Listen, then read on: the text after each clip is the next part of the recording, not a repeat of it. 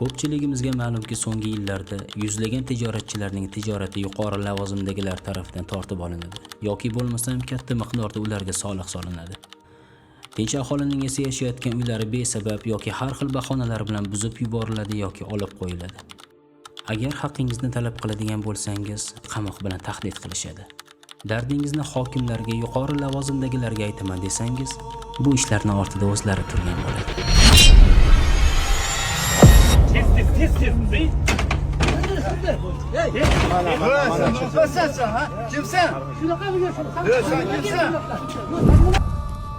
Neujeli shunchalik adolatsizlik bo'lib turganini ko'rmayotganiga men ishonmayman. Prezidentning gapi bir tiyin bo'laga. Bu chiroyli gapirganim. Tushundingizmi? Shavkat Miromonovich og'zini og'ritib gapirmasin ham befoyda. Bu yoqda bir tiyinga qimmat. Bildingizmi? Bularni Prezident Mirziyoyev qarab qo'ysinki, xor bo'lib yotgan odamlariga.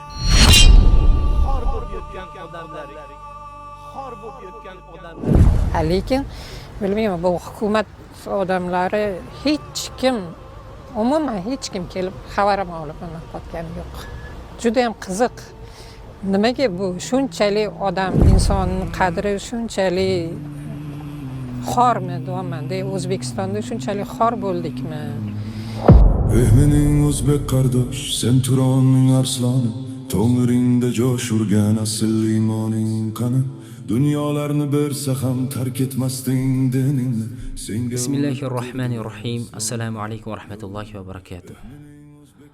Subhanalloh, kundan kunga yurtimizda zulm shu darajada avj olib bormoqdaki, bu zulm nimalardan iborat desiz? Bu zulm besababdan insonlarning yeri tortib olinmoqda, tijoratlari tortib olinmoqda, uylari tortib olinmoqda yoki yillar davomida qurgan imoratlari buzib tashlanmoqda.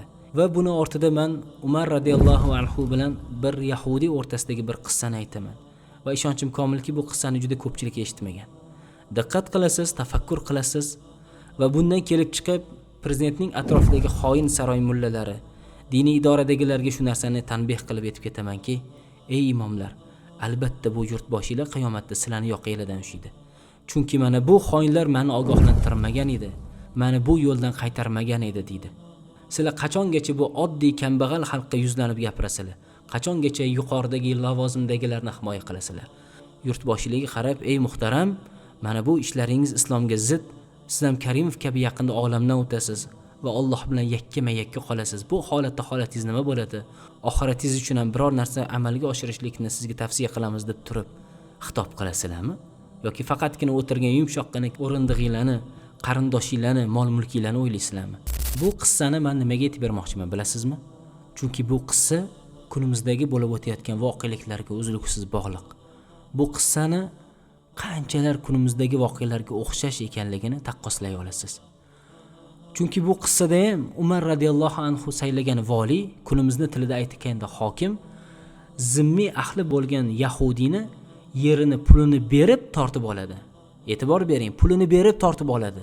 Kunimizdagi prezidentlar saylagan hokim esa hattoki pulini bermasdan yerini tortib oladi. Mana shunday holatda Umar radhiyallohu anhu qanday yo'l tutganlar deb o'ylaysiz? Eshitamiz. Umar radhiyallohu anhu xalifa bo'lganlaridan keyin Amr ibn Os radhiyallohu anhu ni Misrga vali qiladilar va oradan bir qancha vaqtlar o'tadi. Amr ibn Os radhiyallohu anhu o'sha vaqtning valisi, kunimizning tilida aytganda hokimi, masjid qurmoqchi bo'ladi va bir qancha odamlardan yerini sotib oladi. Faqatgina o'sha davrning zimmisi, yahudiysi yerini sotmayman dedi. Yahudini Amr ibn Os radhiyallohu anhu ni huzuriga olib kelishadi. Ey yahudiy, men masjid qurmoqchiman va seni yeringni sotib olmoqchiman. Yerim sotilmaydi deydi yahudiy. 1 baravar ko'p beraman, sotilmaydi. 2 baravar ko'p beraman, sotilmaydi yerim. Shunda Amr ibn Os radhiyallohu anhu buyruq beradi. 2 baravar ko'p pul berib yerini sotib olinglar, rozi bo'lmasa-da yahudiyning yeri tortib olinadi. Bu holatdan aziyat chekkan yahudiy bozorga chiqib hayhot so'radi. Hayhot, hayhot, holimizga ne bo'ldiki, o'zim istamasam-da yerimni tortib olishdi. Endi men holimni kimga aytaman? Shunaqa ham zo'ravon, zolim bo'ladimi? Uni gaplarini eshitgan bir musulmon oldiga borib aytadi: "Ey yahudiy, agar senga shunaqa ish qilingan bo'lsa, Madinaga bor, xalifa Umar radhiyallohu anhu bilan uchrash." Yahudiy aytadiki, "Sen nima demoqdasan ey musulmon? Xalifa kim, men kim? Xalifa mendek insonni qabul qiladimi? Sen xalifani oldiga bor, u senga chiroyli munosabatda bo'ladi." Ming umidsizlik bilan Yahudiy Madina taraf yo'l oladi. Xalifani uyini oldiga kelib to'xtab qoladi. Nahotki xalifani uyi shunaqa bo'lsa, shu darajada oddiy bo'ladimi? Eshikni taqillatar ekan, ichkaridan bir kishi chiqadi. Qaylula vaqti bo'lgani uchun Umar uyda emas, ana u yerdagi chodirda qaylula qilyapti. Borsen u yerdan topasan. Yahudiy chodirning oldiga borsa, xalifa Umar radhiyallohu anhu uxlab yotgan bo'ladi. Bir zum nazar solib aytadiki, bunchalar oddiy bu inson. Nahotki shu xalifa bo'lsa, nahotki shu meni tinglasa. Shu asnoda Umar radhiyallohu anhu uyg'onadilar va haligi kishiga, "Ey kishi, biror hojating bo'lsa ayt. Men Misrdan oldingizga shikoyat qilib keldim. Siz saylagan vali meni yerimni zo'rlik bilan tortib oldi. Qana qilib bu ishni qildi? Shunday qildi." Voqelikni tushuntirib beradi. Umar radhiyallohu anhu aytadilarki, "Men maktub yozmoqchiman, menga qog'oz beringlar." Atrofdagilar qog'oz topisha olmagach, bir parcha suyak olib keladi. O'sha suyakka bir dona kalima yozadilar va Yahudiyga beradilar. Yahudiy hayron bo'ladi, ming umidsizlik bilan qarasa o'zini tilamas, tushunmaydi. Haligi suyakni olib yo'lga chiqadi. Yo'lda umidsizlik bilan hattoki qo'lida maktub yozilgan suyakni uloqtirib yubormoqchi bo'ladi. Misrga yetib kelgach, bu parcha suyak nima ham qilib beradi deb uyini bir burchagiga tashiydi. Oradan vaqt o'tadi. Bir kuni bozorda haligi musulmonni ko'rib qoladi. Musulmon aytadiki, "Ey Yahudiy, xalifani oldiga bordingmi? Umar bilan gaplashdingmi?" "Ha, bordim. Qo'limga bir parcha suyakka bir narsa yozib berdi. U suyak nima ham qilib berardi, uyimda yotibdi. Agar senga bir kalima yozib bergan bo'lsa, ol, Amr ibn Osni oldiga bor, valiga ko'rsat." Haligi Yahudiy uyga qaytib boradi. Haligi Umar radhiyallohu anhuning so'zi yozilgan bir parcha suyakni olib, valining oldiga kiradi va qo'lidagi suyakni Amr ibn Osga, o'sha davrning hokimiga tutqizadi.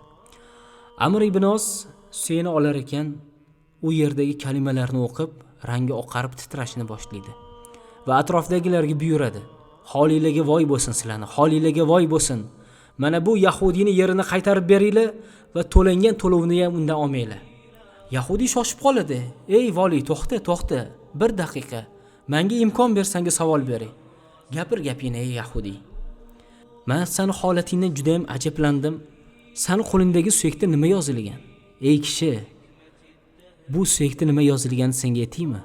Biz johiliyat davrida Umar bilan tijorat qilardik va Eronga safar qildik. Erondagi karvonsaroyga yetib borganimizda bizni mollarimiz talon-taroj qilindi. Holimizdan xabar topgan karvonsaroy boshlig'i bizlarni Eron podshohi Nushiravonga arz qilishligimizni aytdi. U davrda Eron podshohi Nushiravon adolat sohibi degan nom taratgan edi. Biz Umar bilan Nushiravonning oldiga kirdik.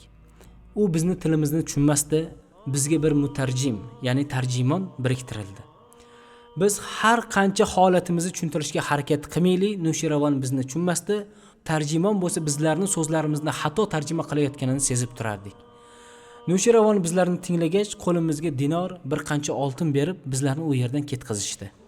Karvonsaroyga qaytib kelgach, karvonsaroy boshlig'i bizlardan so'radi: "Sizlarga qanday munosabatda bo'lindi va adolat qilindimi?" Bizlarga chiroyli munosabatda bo'lindi. Lekin tarjimon so'zlarimizni xato tarjima qildi deb bo'lgan voqeani aytib berdik.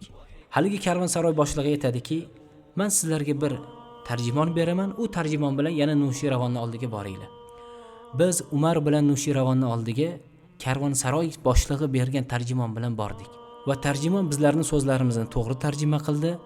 Nushiravon bizlarning mollarimiz talon-taroj qilinganini fahmladi va aytdiki, "Sizlar tashqariga chiqib turinglar, bir zumdan keyin qaytib kirasizlar."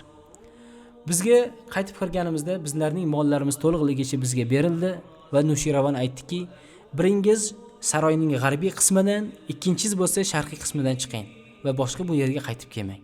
Amr ibn Os aytadiki, "Men saroyning g'arbiy eshigidan chiqar ekanman. Birinchi kelganimizda bizni so'zlarimiz noto'g'ri tarjima qilingan tarjimonni osilgan holatda topdim. Umar saroyning sharqiy qismidan chiqar ekan, bizlarni mol-mulkimizni talon-taroj qilgan odamlar bizlarni so'zlarimizni noto'g'ri tarjima qilgan tarjimonni o'g'li va uni yordamchilar ekanligi aniqlanib, ularni osilgan holatda ko'rdi.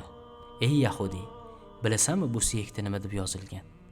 Ey Amr, men Nushiravondan da adolatliman. Agar bu yahudiyni yerini qaytib bermasang, men ham seni osaman deb yozilgan bo'ladi. Allohning dushmani yahudiyni yeri pul berib tortib olinar ekan, Umar radhiyallohu anhuning adolatiga e'tibor bering, yeri qaytarib berildi. Lekin kunimizda bu xoin saroy mullalari o'zlarining yurtboshlarini Amirul Mo'minin deb ataydi, musulmon deb ataydi. Lekin bu yurtboshlarining qarindoshlari, qizlari qancha oilalarni besabab qamab yubordi. Qanchalarning tijoratlari olib qo'yildi va qanchalarning yerlari olib qo'yildi. Shu musulmonning holatimi va bu yurtimizdagi adolatmi? Endi tafakkur qiling. Vayron bo'lmas degan bu tuzum vayron bo'lajak. Mol va farzandlaringiz foyda bermay qolajak. Abadiylik orzusi bo'g'izlarda qolajak. Farishtalar ura joningizni olajak. Vayron bo'lmas degan bu tuzum vayron bo'lajak. Mol va farzandlaringiz foyda bermay qolajak. Abadiylik orzusi bo'g'izlarda qolajak. Farishtalar ura joningizni olajak. Rahmoning huzurida huzurlar topilmaydi. Maqtangan tuzumlaringiz husronga yo'liqadi. Mag'lub bo'lasizlar, mag'lub bo'lasizlar. Mard muvahhidlarga mag'lub bo'lasizlar, mag'lub bo'lasizlar, mag'lub bo'lasizlar. Barchangiz jahannamga haydalasizlar, haydalasizlar.